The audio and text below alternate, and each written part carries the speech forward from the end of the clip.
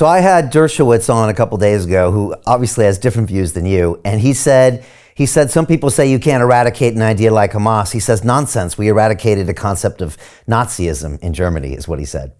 What do you say to that? Except that there's neo-Nazis. Okay, there are, but the Nazi regime in Germany did stop, right? But Nazism did not. Okay, but you might just say that there's still no regime there. I don't know. The truth is, the situation over there is a mess. You could argue it will always be a mess. And obviously, I'm just as biased and media biased as everybody else in the world who's getting images thrown out in front of them and trying to pick sides. And all I can really realize is that this is a long conflict, something I'll never truly understand, something that happens with people on the ground that have deep religious and historical beliefs. And it's really something. Can it ever be figured out? That's my question to you, Andrew. Can it be figured out? Is there a solution there or not? Yeah, I mean, if we're asking whether or not there's a solution to peace between Islam and Judaism, absolutely. Okay. Absolutely, there's a plan that can happen. Now, whether or not that means that there's a way that Israel as a nation state is going to grant a portion of its geographical footprint to a Palestinian state, that's a completely different thing. And unfortunately, Brian, I think what's really happening is that people are mixing up what the conflict is here. Yeah. This is not a conflict about Judaism. You can support Israel without believing that they are, you can support Judaism without supporting Israel. Israel is a state. It's a democratic body. It's a legislative entity. Judaism is a religious faith. You can be anti-Israel without being anti-Semite. But people don't realize that. And instead we get it all jumbled together and we start thinking one is the other and they're two the same things. They're not the same thing. You can support Judaism and the plight of the Jewish people and the suffering that the Jewish people have had. And you can also say Israel is a bunch of bullies. You can absolutely say those two things together, but nobody's willing to have that conversation. Yeah. So if you're able to separate the two from each other, then you're able to see that there's a tragedy happening that's being sponsored by a nation state, and it's being claimed as religious vindication, and it's not. How does this play out? How does this end? Or at least what are the next 12 months like, in your opinion? We just had the ceasefire and the hostages being exchanged today. Also, that's interesting. I'm kind of curious how that works behind the scenes with Qatar, and that must be intelligence. I'll ask you about that, and then how do you think this plays out over the next 12 months? Unfortunately, it's really difficult to predict, right? Netanyahu has already promised that he's going to continue his bombing raids after this 4-day ceasefire.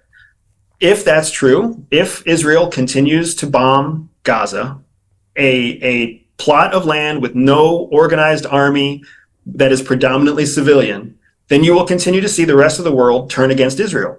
You will continue to see them decline in popularity in the United States and across Europe, which is happening right now.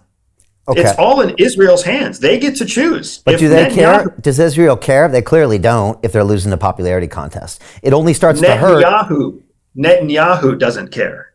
Right. It only starts to hurt if U.S. pulls funding and support. Then they're in trouble. Otherwise, they're not. Or unless Iran attacks or whatever, then it could get nasty. Not necessarily, because to your point, Iran is going to be safe harbor for any Hamas leaders that flee Gaza. So that is exactly why Israel is going to fail, because there will always be a contingent of Hamas that have safe havens somewhere in the Middle East. Qatar. If not Qatar, they have options in the UAE, they have options in Saudi Arabia, they have options in Iran, right? Somebody will give them safe harbor, just like Taiwan became the safe harbor for the nationalists in China when Mao Zedong took over. There will always be a safe harbor, which is why Israel will fail to eradicate Hamas. It's not going to happen. The question becomes, how long will the United States and the West continue to support the killings of Palestinians before we say enough is enough? Oh, you've already seen the United States pull back support in Ukraine, and that took about 24 months. And that was when a legit third-party outside country invaded their territory. It's going to take much less than 24 months before the United States tells Israel that they need to turn a different way, right? To your point about the hostage negotiation, this hostage negotiation is a fantastic example of how Israel is not nearly as audacious as they claim to be. Qatar and the United States handled negotiations between Israel and Hamas. What does that tell us? First of all, Brian, does the United States negotiate with terrorists? Apparently, supposedly, no. Supposedly, it is a firm policy that we do not. However, the United States is negotiating with Hamas. So what does that tell us? Hamas is not. Or the U.S.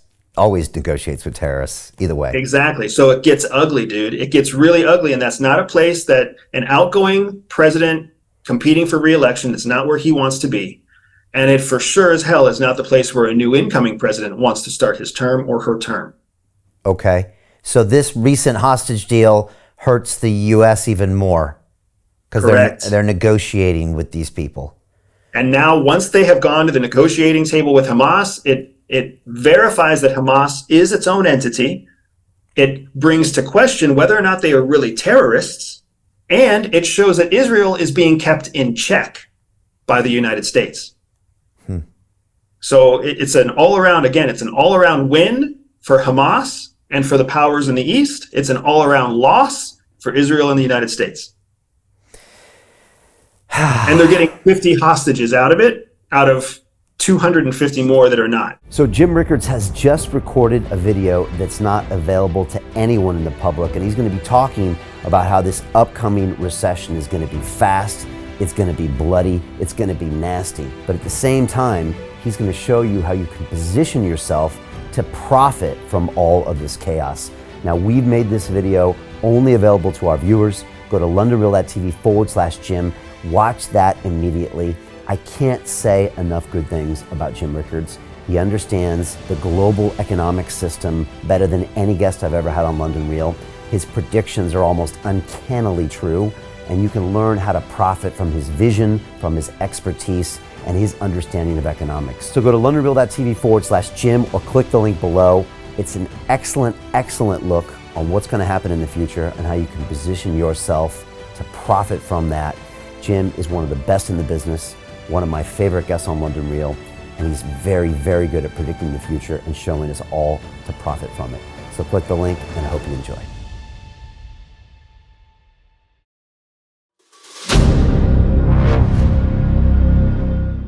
I'm looking for partners, collaborators, colleagues who want to join forces with me around the globe and create real value, generational wealth, and financial freedom for everyone else around the world.